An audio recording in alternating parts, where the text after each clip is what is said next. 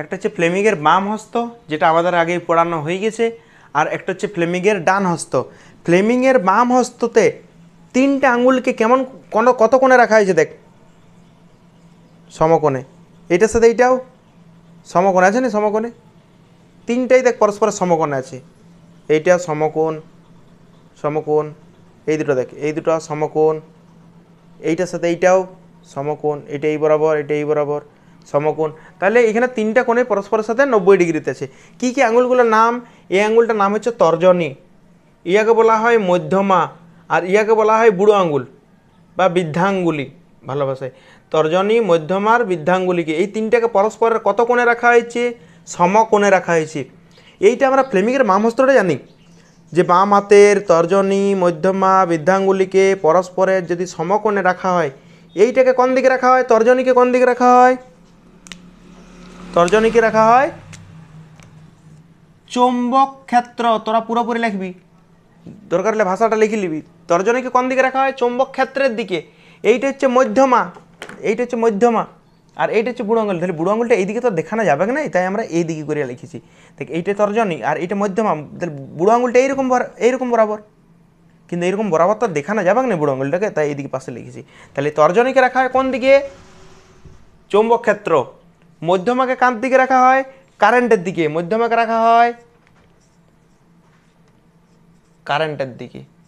এইগুলো আমরা রাখি, একে রাখি চৌম্বক ক্ষেত্রে, একে রাখি চৌম্বক ক্ষেত্রে, তর্জনীকে। তাহলে তর্জনীকে কোন দিকে রাখা হয়? তর্জনীকে চৌম্বক ক্ষেত্রের দিকে। আর মধ্যমাকে কার দিকে রাখা হয়? কারেন্টের দিকে।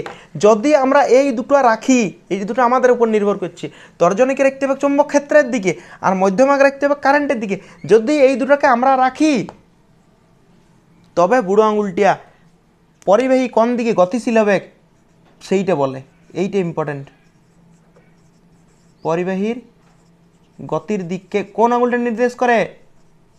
কোন আঙুলটা? বুড়ো আঙুলটা। তর্জনীকে আমরা কোন দিকে রাখি? বাম হস্ততে। এইটাকে রাখি চৌম্বক ক্ষেত্রের দিকে, মধ্যমাকে রাখি কারেন্টের দিকে। যদি এই দুটো আমরা ঠিক ঠিক রাখতে পারি, তাহলে বুড়ো আঙুলটা যে দিকে আছে সেই দিকে কারেন্টের দিক নির্দেশ, পরিবাহীর গতির দিক নির্দেশ করবে। তাহলে তর্জনী, চৌম্বক ক্ষেত্র, তর্জনীকে রাখা হয় চৌম্বক ক্ষেত্র বরাবর, মধ্যমাকে রাখা হয় কারেন্টের দিকে। যদি আমরা এই দুটো তর্জনীকে চৌম্বক ক্ষেত্র, তর্জনীকে চৌম্বক ক্ষেত্র আর মধ্যমাকে কারেন্টের দিকে রাখি ঠিক ঠিক করে, তাহলে এই বুড়ো আঙুলটা যেদিকে আছে, বুড়ো আঙুলটা সেই দিকে পরিবাহীর গতির দিক, পরিবাহীটা কোন দিকে গতি হবে সেই দিকটা নির্দেশ করা হয়। তাহলে বাম হস্ত দ্বারা কি জানা যায়? একটা পরিবাহীর উপর গতির দিক, মানে পরিবাহীর উপর গতির দিক বা পরিবাহীর উপর বল, গতির দিকও বলতে পারি বা পরিবাহীর উপর বলও বলতে পারি, বলও বলতে পারি, পরিবাহীর উপর গতিও বলতে পারি। কেননা যেদিকে বল হবে সেদিকে গতি হবে, স্পিড হবে সেই দিকে। তো আমরা যদি চৌম্বক ক্ষেত্র বরাবর মধ্যমাকে কারেন্টের দিকে রাখি, তাহলে বুড়ো আঙুলটা কার দিক নির্দেশ করে? পরিবাহীর উপর বলের দিক নির্দেশ করে বা পরিবাহীর গতির অভিমুখ নির্দেশ করে। তাহলে ফ্লেমিংয়ের বাম হস্ত দ্বারা কি জানা যায়? পরিবাহীর উপর বলের দিক বা গতির অভিমুখ বুড়ো আঙুল দ্বারা নির্দেশ করা হয়। তাহলে ফ্লেমিংয়ের বাম হস্ত দ্বারা কি জানা যায়? একটা পরিবাহীকে যদি চৌম্বক ক্ষেত্রে রাখা হয়, একটা পরিবাহীকে যদি চৌম্বক ক্ষেত্রে রাখা হয়, তাহলে পরিবাহীটার উপর বল কোন দিকে, বলটা কাজ করবে, বল কোন দিকে কাজ করবে বা পরিবাহীটা কোন দিকে সরিয়ে যাবে, পরিবাহীর উপর বল, পরিবাহীর উপর বল কোন দিকে প্রযুক্ত হবে বা কোন দিকে গতিশীল হবে সেইটা জানা যায়। কোন আঙুল দ্বারা জানা যায়? বুড়ো আঙুল দ্বারা জানা যায়। দেখ, চৌম্বক ক্ষেত্রে পরিবাহীর গতির অভিমুখ জানা যায়, গতির অভিমুখ জানা যায়, গতির অভিমুখ বা বলতে পারি ওই যে পরিবাহীর উপর বলের দিক জানা যায়। ঠিক আছে। আর ডান হস্ত অনেকটাই সেম, এই ক্ষেত্রে বল জানা যায় না, এইটার ক্ষেত্রে বল জানা যায়। আর এইটার ক্ষেত্রে আমরা এখন লেঞ্জের সূত্র অনুসারে পড়লাম না যে তড়িৎ প্রবাহ আবিষ্ট হয়, ফ্যারাডের সূত্র অনুসারে তড়িৎ প্রবাহ আবিষ্ট হয়, দিক হয়। তো এই দিকটা জানার জন্য আছে ফ্লেমিংয়ের ডান হস্ত। সেই কী ব্যাপার? এটা ডান হাতে নিতে হবে, এটা বাম হাতে লিখছিলাম, এটা কোন হাতে নিতে হবে? ডান হাত। কেননা ডান হস্ত নিয়ম, দেখ ফ্লেমিংয়ের ডান হস্ত নিয়ম। সেই একই রকমভাবে তাহলে এইটাকে কোন দিকে রাখতে হবে? এইটাকে রাখতে হবে চৌম্বক ক্ষেত্র বরাবর, এইটাকে রাখতে হবে চৌম্বক ক্ষেত্র বরাবর। আর এইবারে এইটাকে রাখব আমরা, এইটার দ্বারা কী জানি যে তড়িৎ প্রবাহ আবিষ্ট হয়, আবিষ্ট প্রবাহের দিক জানা যায়। বাম হস্ত দ্বারা বাম হস্ত দ্বারা কি জানা যায়, একটা কুণ্ডলীকে রেখেছিস, একটা পরিবাহীকে রেখেছিস চৌম্বক ক্ষেত্রে, ওই পরিবাহীটা কোন দিকে বল অনুভব হবে বা পরিবাহীটা কোন দিকে সরিয়ে যাবে সেইটা জানা যায় বাম হস্ত দ্বারা। আর ডান হস্ত দ্বারা জানা যায় একটা পরিবাহীকে তুই ঘুরাচ্ছিস চৌম্বক ক্ষেত্রে গতিশীল করেছিস, তাহলে ওটাতে তড়িৎ প্রবাহ আবিষ্ট হবে, সেইটা জানা যায়। এইটার দ্বারা গতির অভিমুখ জানা যায়, গতির অভিমুখ মানে কুণ্ডলীটা কোন দিকে গতিশীল হবে। আর এইটার দ্বারা জানা যায় যে তড়িৎ প্রবাহটা আবিষ্ট হবে, তড়িৎ প্রবাহ আবিষ্ট হবে, ওই আবিষ্ট প্রবাহের দিক জানা যায়। এইটার দ্বারা জানা যায় প্রবাহটা, এই গতিটা কোন দিকে যাবে, পরিবাহীটা কোন দিকে গতিশীল হবে। এইটার দ্বারা জানা যায় পরিবাহীটা কোন দিকে গতিশীল হবে, কোন দিকে সরিয়ে যাবে, সেইটা জানা যায় বাম হস্ত দ্বারা।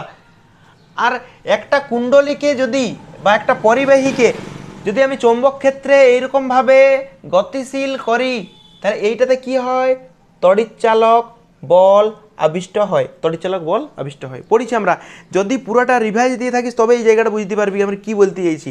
এইটা হচ্ছে পরিবাহীর গতির দিক বোঝায়, কোন দিকে গতিশীল। আর এইটাতে বোঝায় যে তড়িৎ প্রবাহটা আবিষ্ট হলেও, যে তড়িৎ প্রবাহটা আবিষ্ট হলে চৌম্বক ক্ষেত্রে আমরা একটা বস্তুকে গতিশীল করেছি, তাহলে এইটাতে একটা তড়িৎ প্রবাহ আবিষ্ট হবে। এইটাতে জানা যায় এই যে তড়িৎ প্রবাহ আবিষ্ট হবে, এই আবিষ্ট প্রবাহটা কোন দিকে হবে সেইটা জানা যায় ডান হস্ত দ্বারা। সে একই রকমভাবে আমরা ফ্লেমিংয়ের ডান হস্ত দ্বারা এইটাকে রাখবো, তর্জনীকে রাখবো কোন দিকে, চৌম্বক ক্ষেত্রের দিকে, তর্জনীকে রাখবো চৌম্বক ক্ষেত্রের দিকে।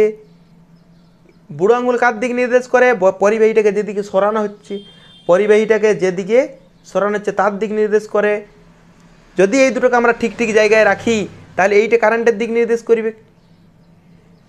এইটা চাইছে গতির দিক, গতি কোন দিকে গতিশীল বা কোন দিকে বল প্রযুক্ত হচ্ছে, সেই জন্য আমরা এই দুটো রেখেছিলাম আর এইটা দ্বারা জানতে পারছিলাম। এখন আমাদের চাই কি, আমাদের চাই প্রবাহের অভিমুখ, প্রবাহ কোন দিকে আবিষ্ট হচ্ছে, প্রবাহের অভিমুখ চাই। প্রবাহ কোনটা নির্দেশ করে, মধ্যমা, তাহলে মধ্যমা বাদ দিয়ে আমরা আগে দেখবো তর্জনী আর বুড়ো আঙুল কি নির্দেশ করে।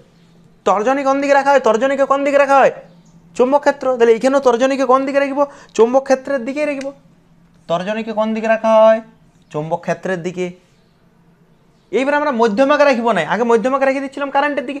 এখন তো কারেন্ট জানিই নেই, আমরা কারেন্ট জানতেই হবে, কোন অভিমুখে কারেন্টটা আবিষ্ট হচ্ছে এটা আমরা জানি না, ওইটা জানার জন্যই তো এই সূত্রটা লাগাচ্ছি।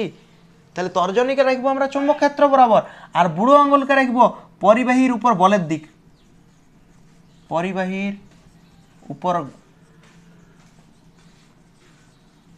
প্রযুক্ত বলের দিক। তাহলে আমরা মধ্যমাটাকে কেন রাখছি না, এই মধ্যমাটা দ্বারাই তো কারেন্টকে বোঝায়।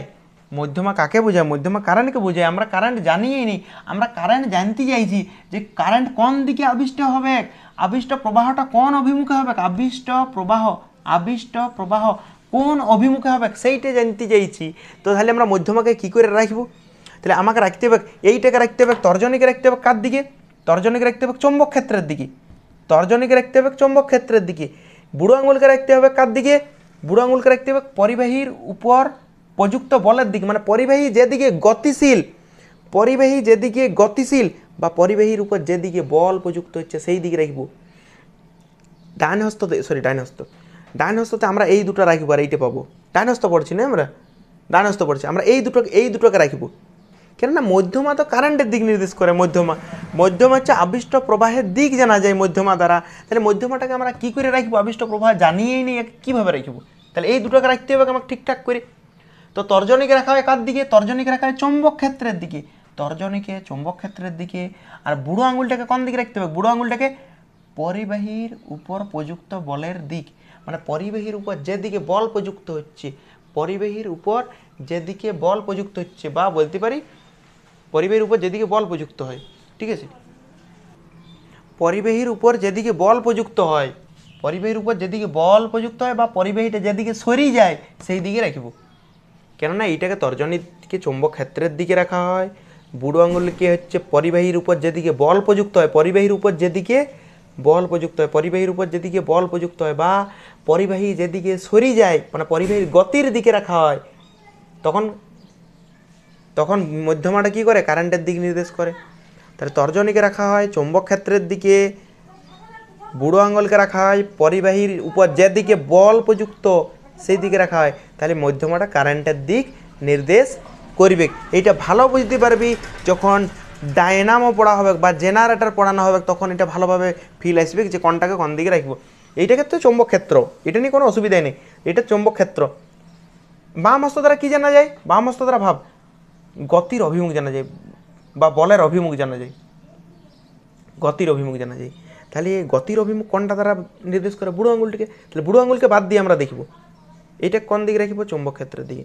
মধ্যমাকে কোন দিকে রাখবো? কারেন্টের দিকে। যদি এই দুটো আমরা ঠিকঠাক করে রাখতে পারি তাহলে বুড়ো আঙুলটা বলের দিক বলে দেবে। ডান হস্ত, ডান হস্ত দ্বারা কি জানা যায়? যে আবিষ্ট প্রবাহের দিক জানা যায়, আবিষ্ট প্রবাহের দিক, যে প্রবাহটা আবিষ্ট হবে তার দিক। তাহলে প্রবাহ কোন আঙুলটা দ্বারা জানা যায়? প্রবাহ কোন আঙুলটা দ্বারা জানা যায় বল? প্রবাহ এই আঙুলটা দ্বারাই তো জানানো যায় প্রবাহ। তাহলে এইটাকে রাখিব কার দিকে? চৌম্বক ক্ষেত্রের দিকে। এইটাকে রাখিব আমরা চৌম্বক ক্ষেত্রের দিকে। এইটাকে রাখিব পরিবাহীর উপর যেদিকে বল, পরিবাহীর উপর যেদিকে বল বা পরিবাহীটা যেদিকে গতিশীল সেই দিকে রাখব। তাহলে মধ্যমাটা কারেন্টের দিকে বলে দেবে, কেন মধ্যমা কারেন্টের দিকেই বলে। তাহলে মধ্যমা কি নির্দেশ করবে? আবিষ্ট প্রবাহের দিককে নির্দেশ করবে।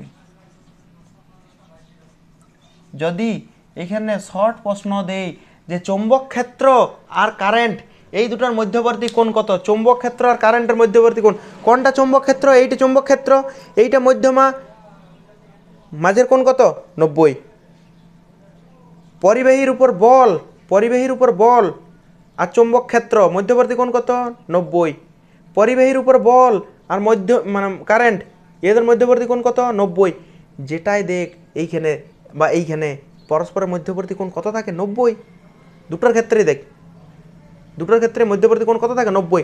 এটা চৌম্বক ক্ষেত্র, এটা কারেন্ট, আর এটা হচ্ছে পরিবাহীর উপর বল। তিনটার মধ্যে যে কোনো কোণ দেখ 90 ডিগ্রি।